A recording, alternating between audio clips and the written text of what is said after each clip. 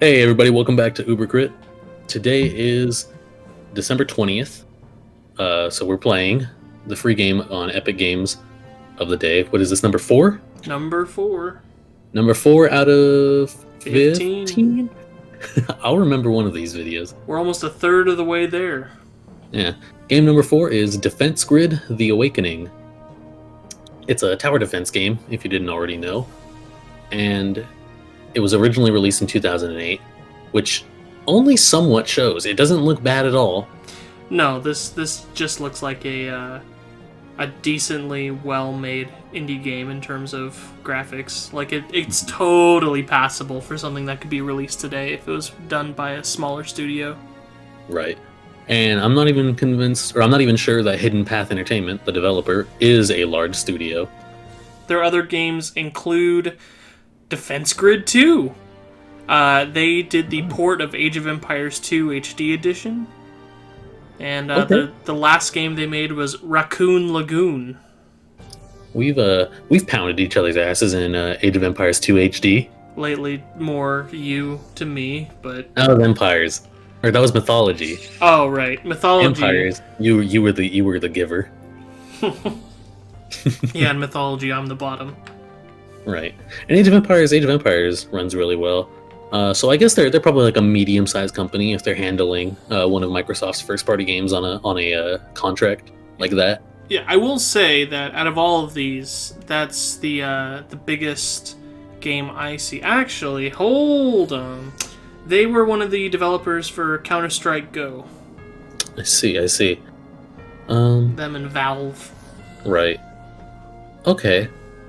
So fairly big. I'll still say they're probably medium because Counter-Strike Go is not a huge game. Like it's huge in the realm of competitive gaming. Sure. But as far as like being developed, it's not a super large game. Fair enough. Anyway, we say this because it be good for it being almost 13 years old. Yeah, exactly. It looks great. And it's pretty much your run-of-the-mill tower defense game. It does what it does as you would expect, which is nice. I love tower defense games casually. I played a lot of Flash tower defense games on Newgrounds back in the day. I did too. A lot of balloons. Mm-hmm. Yeah, Bloons tower defense. There was this one, it was like there were ants trying to steal your cake. I don't know that one. I loved it. Those were free, so that's why I played those over this game in the year 2008. That's fair. I say this game came out 1 year before Plants vs. Zombies. Mm-hmm. Had I known, I probably would have bought this. Yeah, totally. I was unaware of its existence, though. See, isn't that great though? You know, Epic be introducing a bunch of different games through different genres, and people can discover them. That's one of the things I actually really appreciate about this is every game that we've played so far has been totally different from all the other ones. That's true. We're getting a huge variety so far. I mean, we're only 4 in, but like these 4 games have been drastically different from each other. Right. The next 6 are just going to be Call of Duty 1, Call of Duty 2, Modern Warfare. Anyway. You could only argue this is maybe like 5% close to City Skylines. Yes. Technically, you are building towers. Mm-hmm. And you're City managing Skylines, resources. Yes, exactly. About the same entry level of a typical Paradox game, I think. What was the first game? City Skylines. That was the first. Second was Oddworld, and then The Long Dark. Oddworld. Okay, Oddworld is the only one that doesn't have resource management of any kind. True. Unless you want to count the other people / creatures as resources. The grenades you get sometimes. Yeah, but anyway, super good. I don't know, I've played tower defense games. Small plug, I'm representing a tower defense game coming out in February called Bugvasion TD. And one thing I noticed that Defense Grid did differently than a lot of them is a lot of the times in tower defense games, once the enemies get to the end of the level or whatever, you just lose life, where in this one they have to pick something up and then go back to the entrance, which gives you a little bit more time to actually level up and upgrade your towers and do all the other things. That's something I found pretty cool.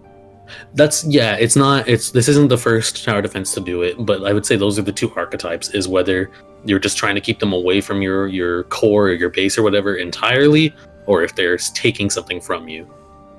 Those are like the two standard types of tower defense games. This is the you're getting your stuff stolen type. I don't know if there's like an archetype, a sub name for that. I don't know.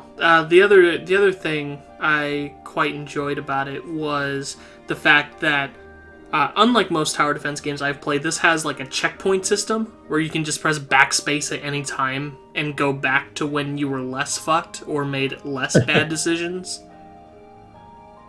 Yeah, I don't know if I've ever seen that before.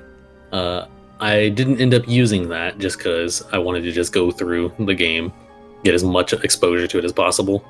Sure, but I'm glad it's there in case you wanted to experiment. It's not working out. Granted, there's a good argument to be made that maybe you should just restart, but it's an option for some people. Mm-hmm. Absolutely. I played this for about 3 hours, and I got not even halfway through the first campaign. And there are multiple campaigns, and throughout that campaign, there are multiple different challenges or play levels for every level. So there is just a whole lot of game here. Mm-hmm. So when it comes to ratings for this game, I'm going to do it a little differently than the past few, how I've been comparing them to other games. This one is, if you're looking for a tower defense game with a lot of content, this looks like a good pickup, if you didn't already get it for free. Exactly, because on top of that, there's also free community content. So in theory, it never runs out.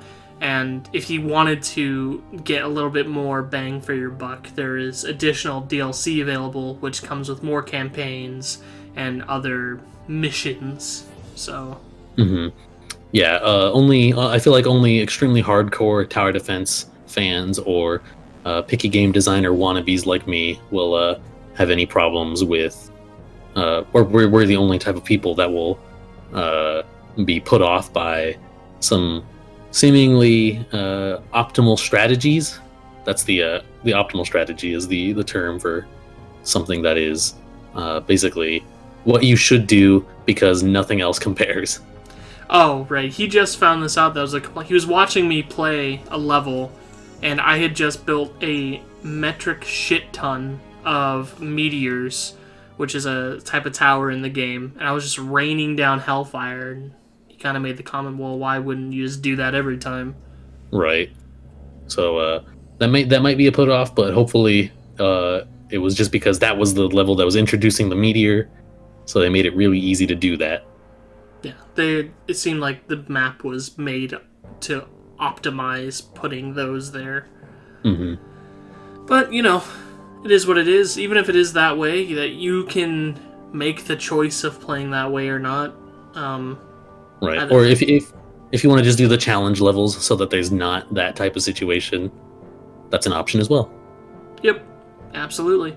On top of that, there wasn't anything else super of note. I would say the campaigns, there isn't really that much of a story going on. It feels more of just like a collection of levels. The voice acting is fine. You'll hear this British-sounding gentleman explain your towers to you, or sort of what's going on. Yeah, with a little bit of story. Oh shit, there's aliens. Oh no! Oh, this is a new one. Oh, you better be careful. They're stealing your cores, brother. Oh shit. That's pretty much all he does. Yeah, and the music is fine. It's neither fantastic and it's not bad. It's there. Yeah, it's not distracting at least. That's true. Very rarely do I find music distracting, though. There's always that possibility. Like, what were we watching the other day that had like a dubstep background? I have no idea. It was something it from around this time. The Lighthouse? No. Well, whatever it was. Yeah, again, I've certainly played games that had distracting soundtracks, and I've had to turn the music down. Damn ye, Skrillex! Damn ye! Oh man, if you haven't seen The Lighthouse, go watch it. Alright, well, for Defense Grid, honestly, I'm giving it a full recommendation. If you're into tower defense games, you'll like it. If you want something just to like cool down and I don't know, these are the type of games that sort of play themselves. Like, yeah, you have some involvement in it, but it's not intense. At least not to me. I feel like this is the type of game you could just like put on some music and veg out to. Super high recommendation from me. What about you, Magwell Senior? Well, I did already give my. Oh, that's right. You already said you recommended it, or if you like tower defense games. Just to reiterate, if you're looking for a big old meaty tower defense, give it a shot. Like a big old thick boy. Exactly. 4 C's. All cheeked up. All right, bye everybody. Fucking see you later. See you tomorrow.